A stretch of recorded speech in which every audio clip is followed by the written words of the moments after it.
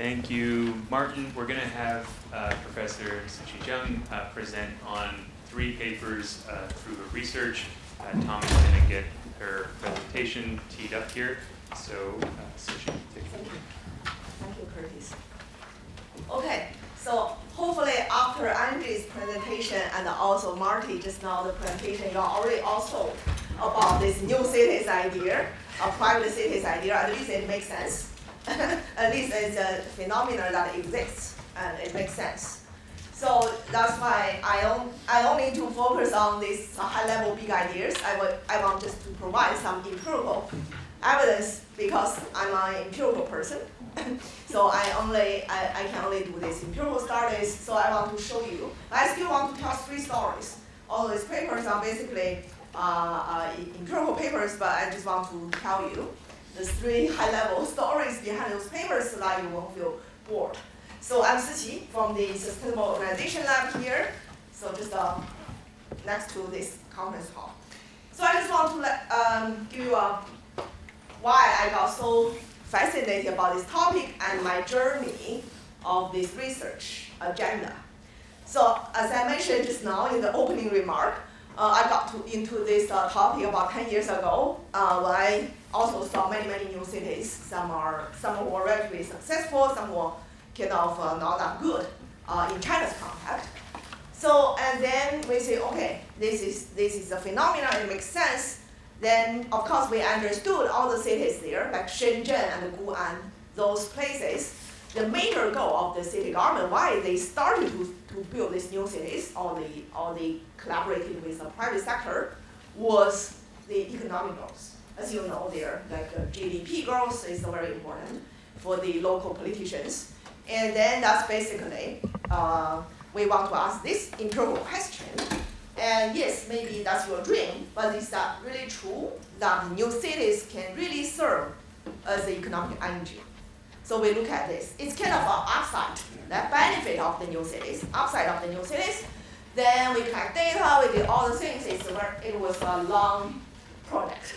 I mean, I think we spent 5 years. And finally, we published a paper to study the growth engine side of the new cities using China's case. After that, we start to think about the downside. The downside of the new city. Oh, if the new city is so good, all economic engines, then no problem. We just build. But actually, we already saw this tale of 2 cities thing. That some cities were good, some cities became ghost cities. Then we started why. Whether there was a misallocation problem in these new cities. So then we started our second project, and we started the misallocation cost, especially because of the political problem, the political connection that some cities, they would have not been these new cities just based on their fundamentals, but they got these new cities because of the political connection with the upper level politicians. They got the chance to build new cities in a very weak location. And what happened after that? Then we use that to identify the misallocation cost due to political connection. And then finally we say, okay, we look at the upside and downside. But for these 2 papers, we mainly look at special economic zones, so-called industrial parks, because that data is relatively systematic. We collect the data.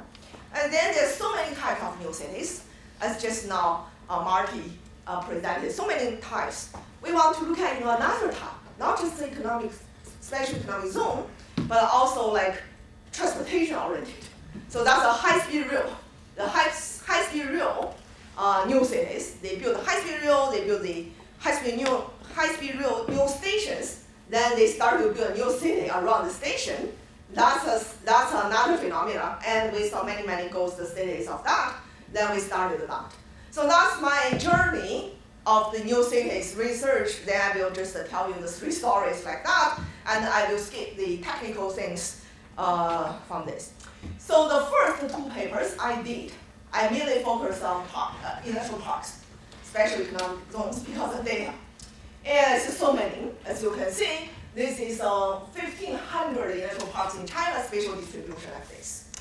And these are still a subsample of all the parks because these were above the city level. The city level or the provincial level and national level industrial parks. The town level, we didn't come in. But anyway, this very a lot already. And those industrial parks, they output the GDP account for about 10%. And the FDI, 1/3 of the FDI in those places, although this, if you just measure the land area, it's like less than 1%. And then the first wave, if you know some history of this, first wave always like here, the east coast, like Shenzhen and other like coastal cities, and then those inland city mayors, they saw this successful story from the coastal area. They left so fast. They say, okay, we also want to build these industrial parks. Then it's spread into the inland. At first, the first wave, and then they spread because those inland cities said, oh, we also want to do this. So successful, let's do that. But then later, some of those became more and more like larger chunks to become these ghost towns.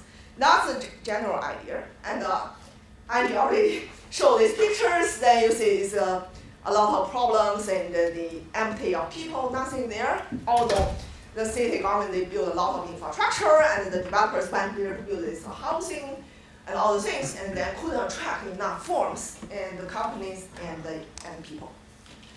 So then it's triggered us. So interesting, right? Why some are so successful, some are so unsuccessful. Then we think about this, the upside and the downside. Why? Basically, in general, I remember we read an article from the Economist, that magazine. They said, on average, if you look at all kinds of new cities and special economic zones across the world, and on average, China was relatively more successful than the US. Because US, we also have this. So opportunity zones and all kinds of similar things, and Europe. And then why? Why China were, this city, new economic zones were on average relatively more successful? So that's because of this managed hand of the city governments. As you know, that Andy showed you the framework, then this central coordination is very important. The private sector and the public sector, central coordination. And for the city governments there, they can do this coordination in a very effective way. We cannot say it's good or bad, but very effective. This is called managed hand, not this market economy, right? The managed hand, that they can solve such a land assembly problem and this cross-form coordination problem in a very timely fashion. What does it mean? So the city mayor will say, okay, we are going to convert this parcel of rural land to an industrial park in 1 year. The city government can do so in a very fast way, top-down way. They can just relocate the farmers on the land with very low compensation level. That's not a good thing. That's an equity issue, but they relocate. The farmers are gone, and then they build all the infrastructure, the roads, and connect, and all the things. So, and then they also can solve this form coordination in a very fast way. The mayors or the party secretary or the government officials, the provincial governors, they talk to big firms. They talk to this Apple, for example, Apple factory, or this Foxconn factory. Say, if you come to my city, if you come to my special economic zone, I will give you this. Free land for 3 years, and no tax for 3 years, very cheap utility for how many years, tax rebate for how many years come. And of course, those big factories, big fishes, they come, and they become the anchor. And then the small things, small firms, they also follow. Then the government, they don't need to provide so favorable policy for the small ones because the big ones are already here and small ones will follow. So that's their way. So that's in a very timely fashion. But in a pure market way, it's very hard to do so, right? If you are an individual firm, you talk to farmers to get the land, very hard. And if you are individual firms, when you locate to this area, you don't know whether later others will also come, because those are all agglomeration, that's externalities. When the individual firm, they made their own decision, and they don't know others' decisions and they don't come in this externality, then they are very hesitant. This is a first mover problem. Nobody wants to be the first mover because you always want to wait. But the city here, they're strong. They first catch the big fish, become the first mover, using very deep subsidy, and others follow. So that's their way strategy. And they also can give very clear signal, announce 5-year plan for this place. And for the 5 years you come, you will always eligible for this and that subsidies. And then they give the investor confidence, they come. So why? Because they own the land. That's the institutional background. And then, of course, they can do so. And they solve this first mover problem. And then, so basically we say, if this can be played well, then there's a synergy between place fundamentals and these policies. If these places are strong enough, then you just use this, play this strategies, then the firms come and the small firms follow, and after a few years, this self-sustain because the agglomeration economy will emerge. And later, you can just pull out these subsidies, but firms are already there, are already cluster of interest, then can self-sustain. However, it's not so optimistic about all the places. There's very clear downside. I think I already showed this. I don't need to cover all this. Because all the cities, they become so optimistic. Think about this map. All the cities will say, oh, my location is a good location. My location is a good location. My location is a good location. If I do this, if I give the deep subsidy, all the firms will come to my location. So everybody is thinking the same way. And then, of course, they compete with each other because they always want GDP, and they can be promoted later. So they want to say, oh, my city is the best city. So if you look at the city brochures, when they try to promote their business environment, everything is so beautiful, so beautiful. And then over-invest, because all cities are doing a similar thing. And of course, the other side is a very low cost, cheap land. They can use really cheap land. And then they use cheap loans because they can get the cheap loans from the state-owned banks. So they have the policies. So then, very cheap cost for them to play this game and to compete and to say their city is the best city. The firms will come. So that becomes the problem. If you aggregate, that's an over-investment. And then spatial misallocation, we already said, if all cities they are competing in that way, and overall, if you think about spatial equilibrium, so that will be we only have those forms. Of course, we have net growth, but we have all the forms there. They relocate from some places to other places, but maybe they relocate from actually good places to bad places because you have this short-run subsidy. Then you attract the firms to those bad places. But overall, from the nation perspective, that's not a net gain, right? So that's a spatial misallocation and a misprioritization, because then you will see all the cities, they say, my city is the best city for biotech. My city is the best city for IT, new technology, AI, all the things. How can we have so many cities are so good at those prioritized interests, so they over-compete with each other? So that's all the problems. Okay, so I'm going to talk about my first paper to be a little bit optimistic for a while, for a little bit of time for you, to start the growth engine story. So that's my first paper.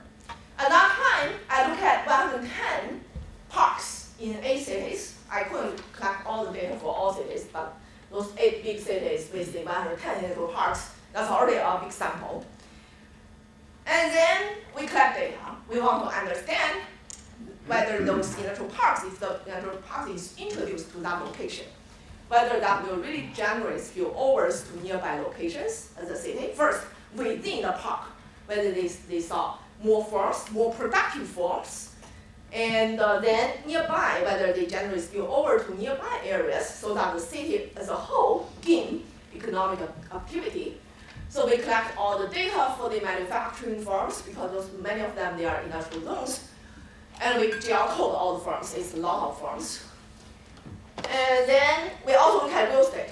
So our story is if the firms, they come, and then they need to hire workers. If they hire workers, if they can pay workers salary, the workers they want to live nearby, right? They will buy or rent housing units. Then nearby you will see the real estate market will also have some signal of the price and rent increase and the quantity increase. And then they also need to play. This live, work, play. We want to start with three aspects.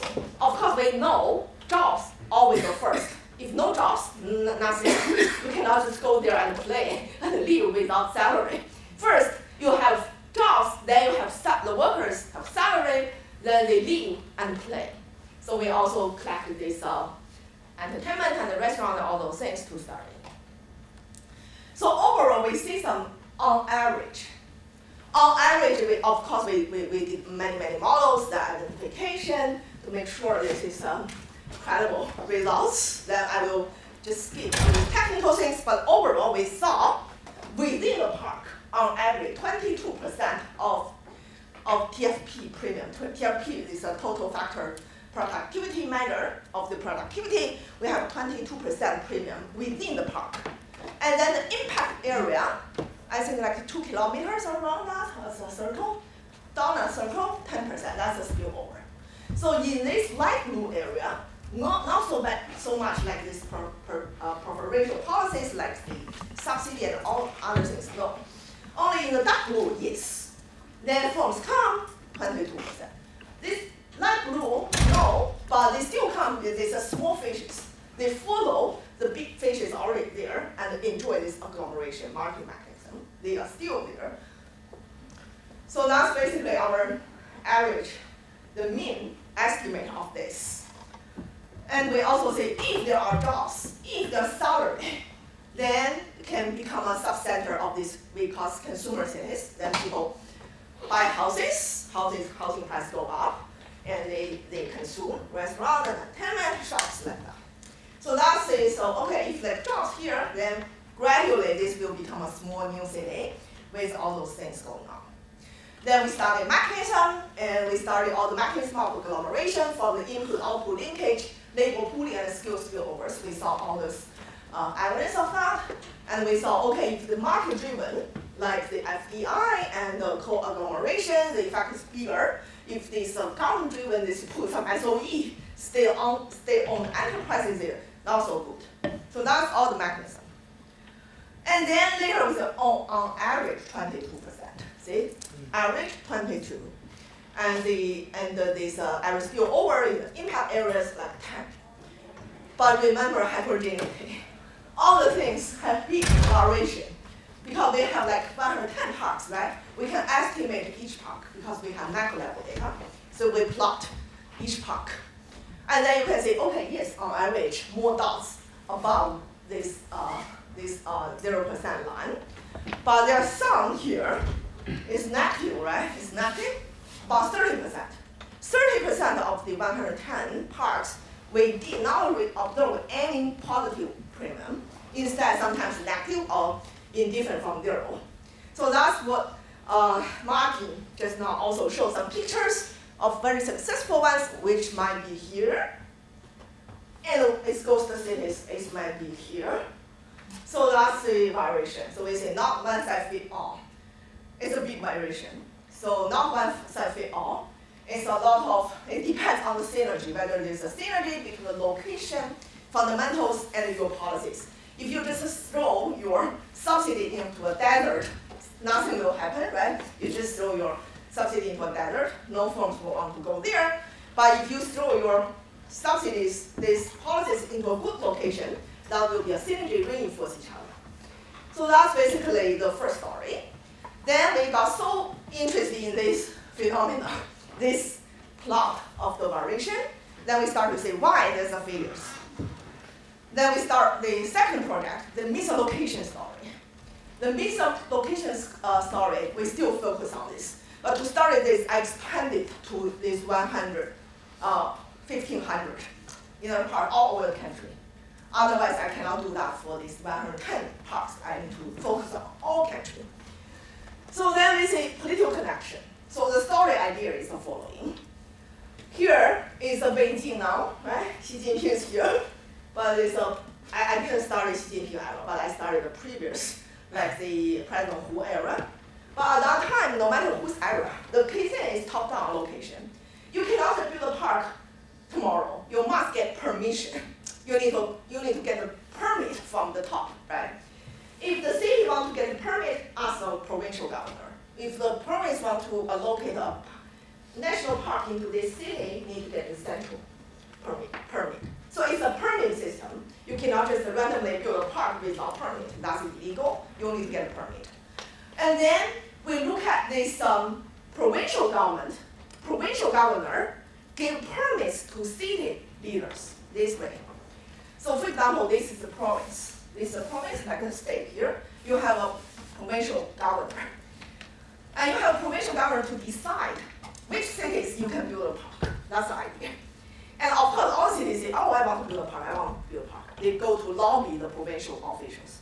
Can I build a park next year, like that? And then, of course, this provincial governor is not stupid. He understands he needs to put the permit, it's a limited quota, into places with comparative advantages, with good locations. Because the provincial governor also needs to get promoted.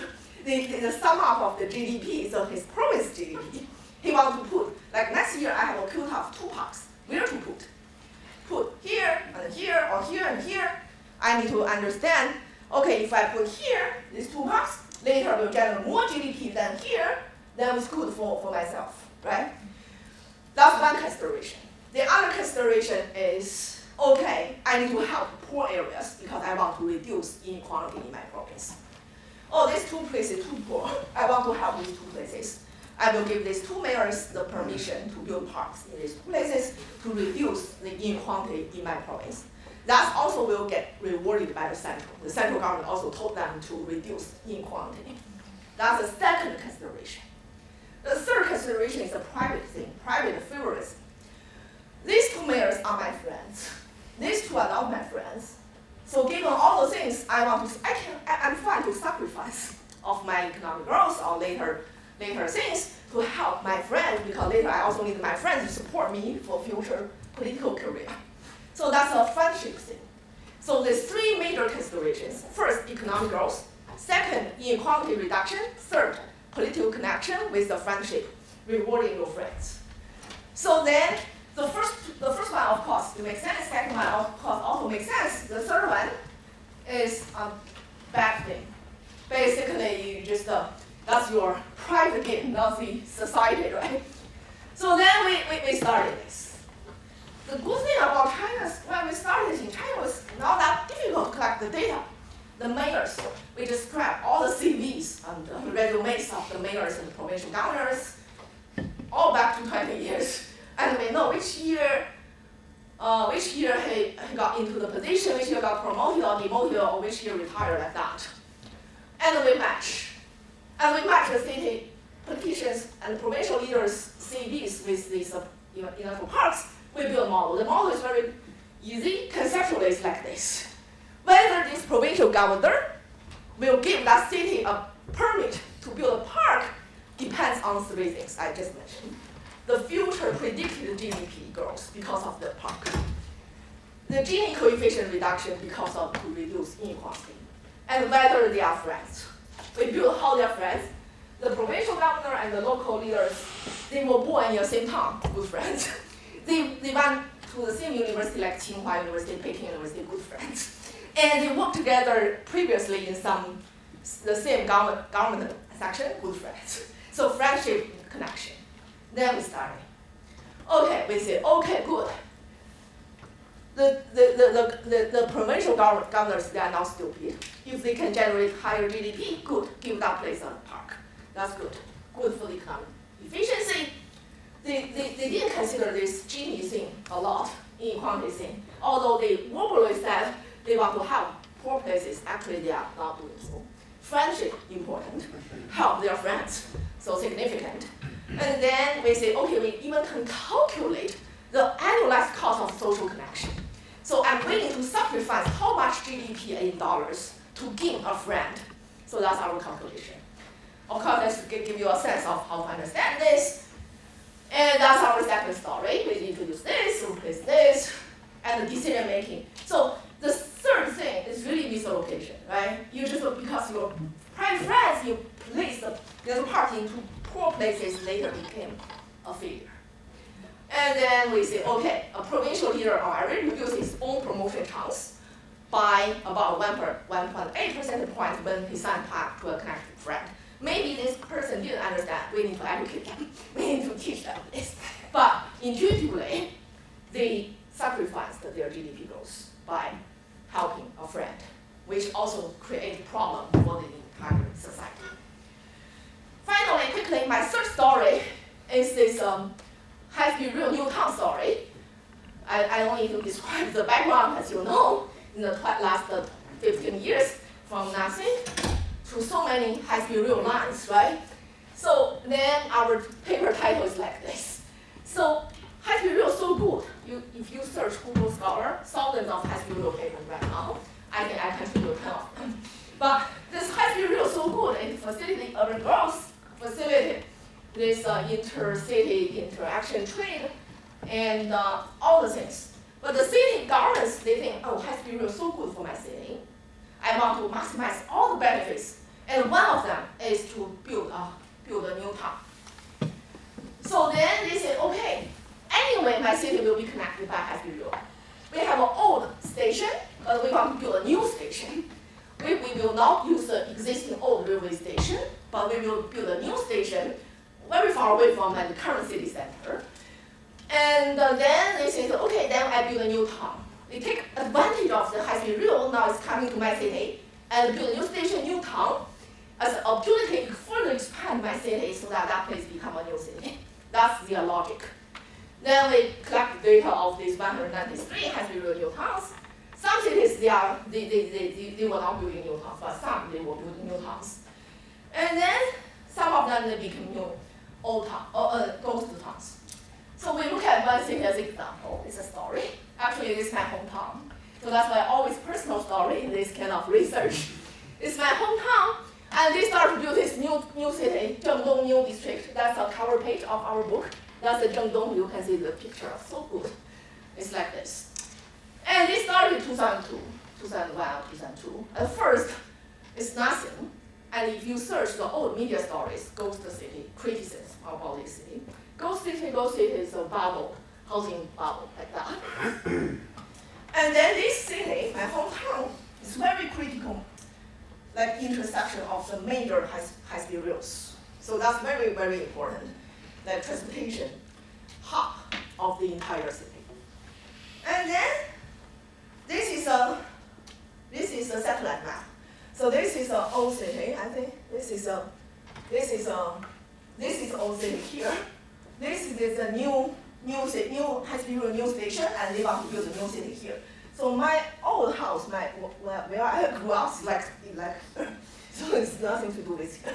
So it's totally at that time rural, very rural. And over time, they're building. This is it. This is the new town. Here you can see this very flat area. And then it's like this. And then you see 2015, daytime, jobs here, a lot of people working here because it's all office buildings. Nighttime, nobody there, dark. All people move back to cities to live because they only have high-rise buildings and they don't have enough like these amenities. So that's a problem. And look at the farms. At first, goes the city for sure. No farms, no big farms, no. And then suddenly it started to grow, not suddenly, but booming. Now, two events. One, they just relocated the provincial government buildings into that city because they want to say that goes the city. Ghost city, how we can say?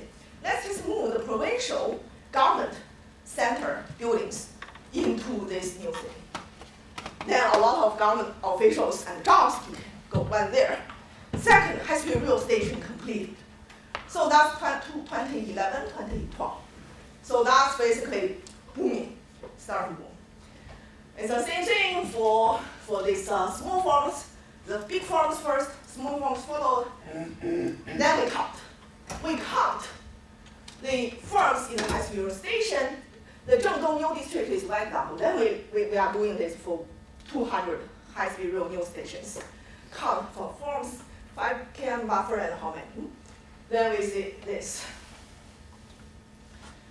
Then we look at, okay, the Zhengzhou's good, at least for 2012, after 2012, booming. Good. City center, 10 kilometers for this. Again, my old housing unit is here. Anyway, so it's very good. This Chuzhou is a ghost city story. Also 10 kilometers from the city center, county center. The new station, nothing there.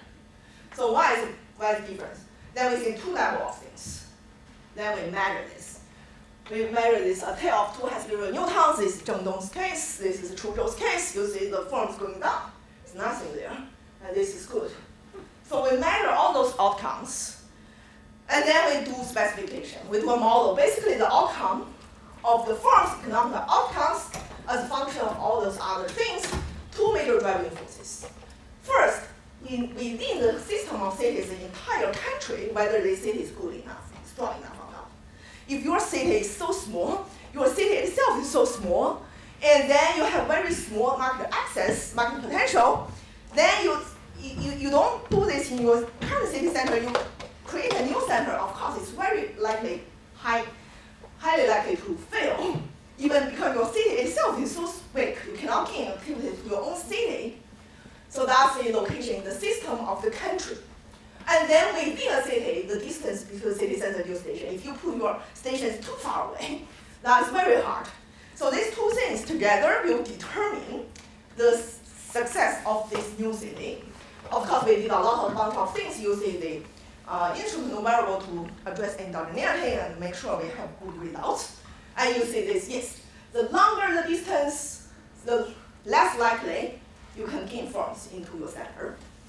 And the city itself is stronger, then it's more likely you can win forms into your town. So these two interact with each other, and we did this for the short term with the long, medium term, and we started this. So basically, we started this proximity to the existing city center matters. That's what within city matters. Market access of the city itself matters in determining whether the new town can succeed or not. And then actually the city leaders, they are not stupid. Again, I want to say the city leaders, they're very entrepreneurial. They understand. Although sometimes they want to favor their friends, but they understand. So they put these new towns into, if they put that in the high-cost stations, high-cost locations, they understand, put there, later may have a potential to gain. So they have their trade-off. And also be patient. That's a be patient story, because we really have the time theories. Be patient, like Zhengdong's case, at first the ghost city, later became better. Be patient in our data set, roughly 6 to 8 years on average, from nothing to boom. So be patient. The things here may thrive in the future, but the problem is uncertainty. When you are patient and right now, who knows? After 6 or 8 years, you have 2 distinct directions, fail or good, who knows? But it takes time. So that's my 3 stories. Thank you so much.